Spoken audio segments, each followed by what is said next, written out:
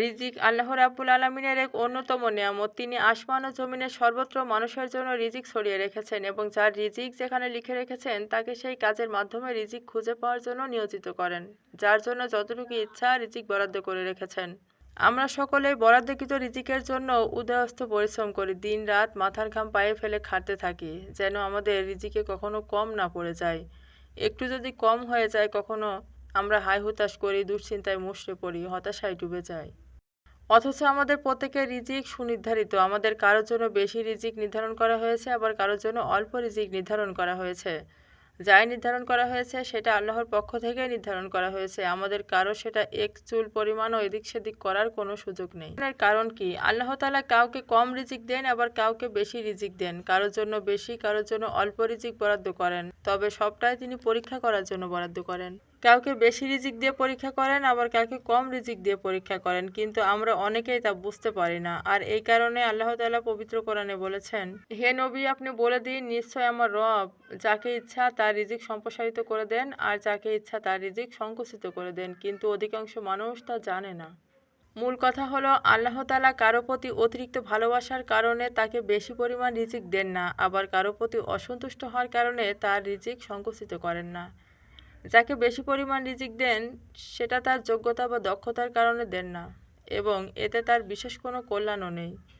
যাকে অল্প পরিমাণে রিজিক দেন সেটা তার প্রতি বিদ্বেষের কারণে নয়, এবং এতে তার তেমন কোনো ক্ষতিও নেই।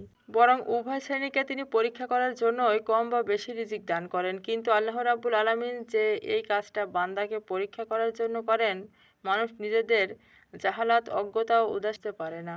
মক্কার মুশরিকরা ছিল ব্যবসায়ী, তাদের প্রচুর পরিমাণ ধন সম্পদ ছিল। তারা রাসূল সাল্লাল্লাহু আলাইহি ওয়াসাল্লামকে লক্ষ্য করে বলতো, নিশ্চয় আল্লাহ আমাদের বেশি ভালোবাসেন, এই কারণে তিনি আমাদের এত ধন সম্পদ দান করেছেন। যদি আল্লাহ আমাদের প্রতি সন্তুষ্ট না থাকতেন তাহলে তিনি আমাদের এতটা ধন সম্পদ দান করতেন না। আসলে কারুনও একই কথা বলতো। নিজের বিপুল ধন সম্পদের কারণে অহংকার করে সেও বলতো, নিশ্চয় আল্লাহ আমার প্রতি সন্তুষ্ট হওয়ার কারণে আমাকে এত ধন সম্পদ দান করেছেন। মুশরিকদের এই কথায় আল্লাহ জবাবে বলেন, তোমাদের ধন সম্পদ ও সন্তান সন্তানাদি তোমাদের আমার নিকটবর্তী করবে না, তবে যারা ঈমান আনে ও সৎকর্ম করে তারা তাদের কর্মের বহুগুণ প্রতিদান পাবে এবং তারা সুউচ্চ প্রাসাদে নিরাপদে থাকবে। আল্লাহ তাআলা আমাদের পরীক্ষা করার জন্যই রিজিক কম বা বেশি দান করেন। সুতরাং রিজিক কম বা বেশি হওয়ার কারণে মন খারাপের কোনো সুযোগ নেই। আল্লাহ তাআলা আমাদের পরীক্ষা করার জন্যই রিজিক কম বেশি দান করে থাকেন।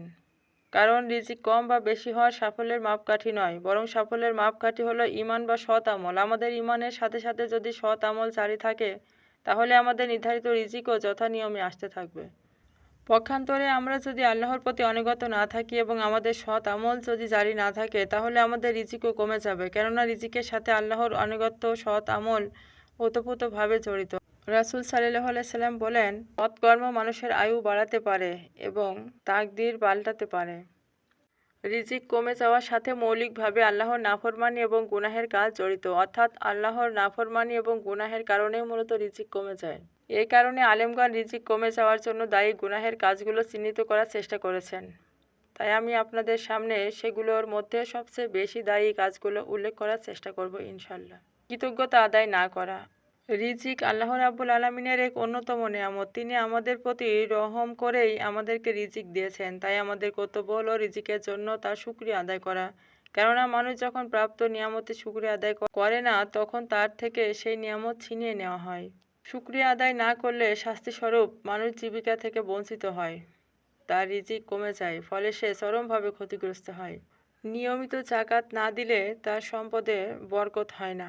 যাকাত দেওয়াটাও আল্লাহর একটি শুকরিয়া, মানুষকে জানানো যে আল্লাহ আমাকে অনেক দান করেছেন, তাই আমাদের বেশি বেশি যাকাত দিতে হবে যার সামর্থ্য আছে। রাসূল সাল্লাল্লাহু আলাইহি সাল্লাম বলেছেন, যখন কোনো জাতি যাকাত দেওয়া বন্ধ করে দেয় তখন সেখানে বৃষ্টি বর্ষণও বন্ধ করে দেওয়া হয়। পৃথিবীতে যদি চতুর্থ জন্তু না থাকতো তাহলে সেখানে আর কোনোদিন বৃষ্টিই হতো না।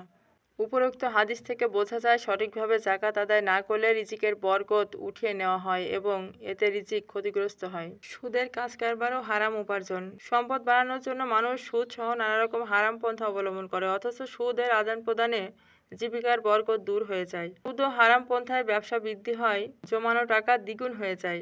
আপাত দৃষ্টিতে এটা মনে হলেও সুদের কারবারের দ্বারা বরকত নষ্ট হয়ে যায়।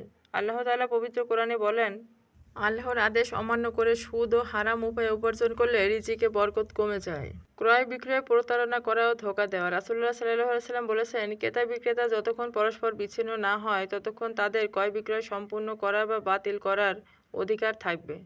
যদি তারা সত্য বলে এবং প্রকৃত অবস্থায় ব্যক্ত করে তাদের ক্রয় বিক্রয়ে বরকত হবে, আর যদি মিথ্যা বলে এবং দোষ গোপন করে তবে তাদের ক্রয় বিক্রয়ে বরকত মুছে ফেলা হবে। সুতরাং বোঝা গেল যে পণ্যের দোষ ত্রুটি গোপন করে তা বিক্রি করা হলে ক্রেতাকে ধোঁকা দিলে কোনো কিছু বিক্রি করার কারণে সম্পদে বরকত কমে যায়। ৫ নম্বরে প্রাপ্ত রিজিক ও তাকদীরে সন্তুষ্ট না থাকা। আল্লাহ তাআলা বান্দাদের জন্য রিজিক বন্টন করে থাকেন। মানুষ আল্লাহ প্রদত্ত রিজিকের উপর সন্তুষ্ট থাকলে তার জীবিকার বরকত লাভ হয়। পক্ষান্তরে এই রিজিকের উপর সন্তুষ্ট না থাকলে কমে যায়। রিজিক মহান আল্লাহর অন্যতম নিয়ামত। রিজিকের জন্য মানুষ পরিশ্রম করে। মানুষ একসময় ভালো ও পর্যাপ্ত রিজিক ভোগ করলেও হঠাৎ কোনো এক অদৃশ্য কারণে রিজিক কমে গেলে মানুষ হায় হুতাশ করে, আল্লাহর উপর থেকে ভরসা উঠিয়ে নেয়। কিন্তু নাফরমানি ও গুনাহের কাজ করা থেকে বিরত থাকে না, অকৃতজ্ঞর মতো হারাম পন্থা অবলম্বন করে।